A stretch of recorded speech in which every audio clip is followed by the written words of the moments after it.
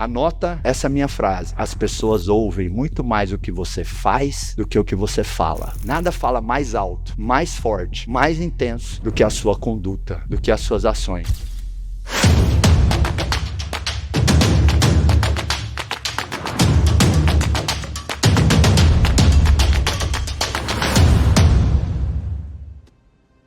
Quando a cultura é boa e forte, 80% dos comportamentos são positivos e 20% são negativos. Ah, Marcos, mas não dá para construir uma cultura que vai ter zero fofoca, zero reclamação, zero mimimi, zero vitimismo. Não dá. Alguns comportamentos ruins vão aparecer, mas sabe o que importa? O que importa é o saldo.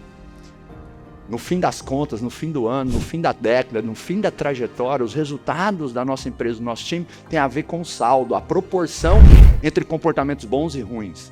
Uma espécie de índice de comportamentos bons em relação a 100% dos comportamentos. Uma empresa que tem uma cultura tóxica e fraca, o 80-20 se inverte.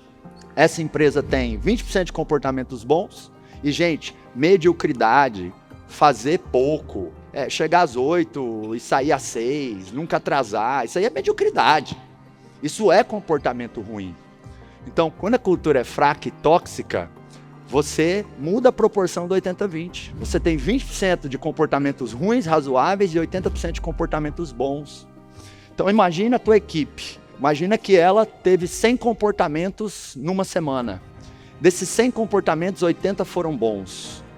Foi atitude para buscar a meta, foi profissionalismo, foi seriedade, foi estender 1, 2, 3 horas de trabalho para entregar algo importante.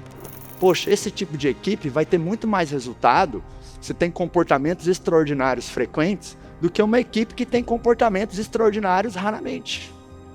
Mas Marcos, como é que eu fortaleço a cultura da minha empresa? Eu quero te apresentar 4 construtores de cultura. O primeiro é esse, o exemplo da liderança. As pessoas do seu time ouvem muito mais o que você faz do que o que você fala. Cada comportamento nosso é uma máquina de Xerox. Não importa se é um comportamento bom ou ruim. Por que, Marcos, uma máquina de Xerox? Porque tudo que você faz vai estimular alguém a fazer aquilo também. Se você acende um cigarro, você vai estimular alguém a acender. Se você trata um ser humano bem tratado, você vai estimular alguém a tratar. Tudo que a gente faz de bom ou de ruim é uma máquina de Xerox. Alguém vai copiar. E sabe quem é que mais copia? Os nossos filhos. As pessoas em torno de nós. Foi feito um estudo que mostra que em muitos países, 80% dos fumantes são filhos de um pai ou uma mãe que também é fumante. Então, nossos comportamentos são máquinas de Xerox. Se lá no dia a dia da sua empresa você entrega profissionalismo, comprometimento, trata bem o seu time, dá o exemplo, as pessoas vão xerocar isso. Tem muita empresa familiar, tem muito casal empreendedor que vive dando barraco dentro da empresa. Olha o exemplo que eles estão dando no dia a dia. Nem entre os sócios está tendo profissionalismo e alinhamento. Como é que eles vão ter a cara de pau de exigir profissionalismo, comprometimento e alinhamento dos colaboradores com a empresa? O grande construtor de cultura é o exemplo das principais pessoas dentro da empresa.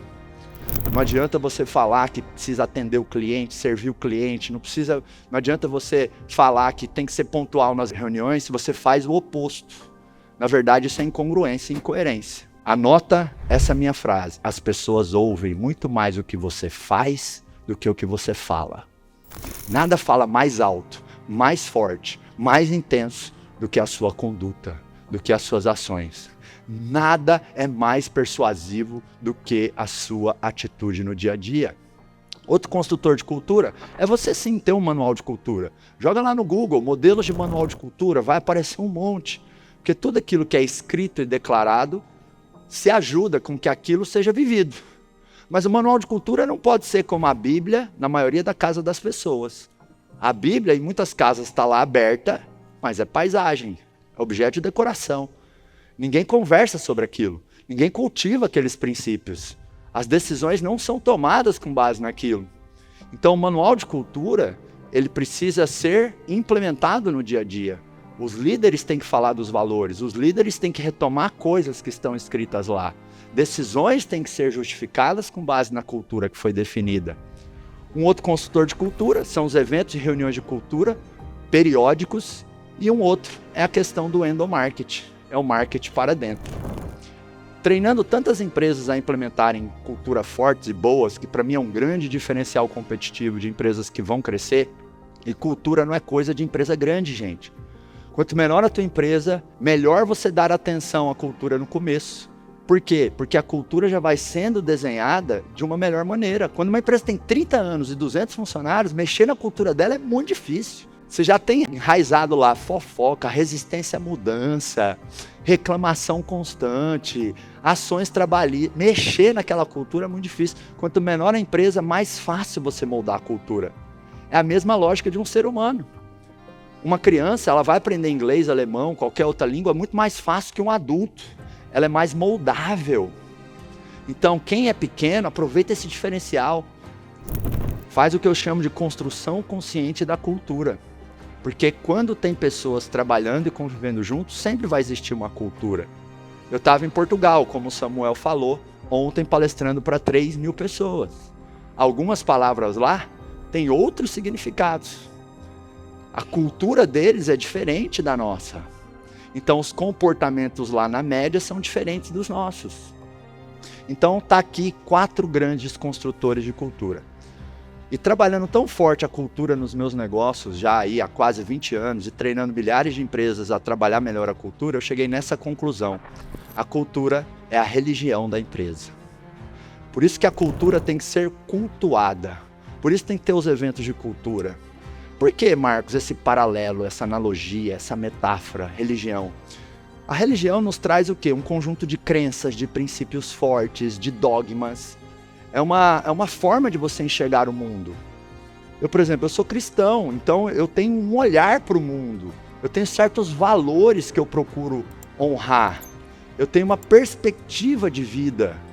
Então a cultura traz esses valores, esses princípios, essa perspectiva para os colaboradores. Como é que a banda toca dentro da empresa?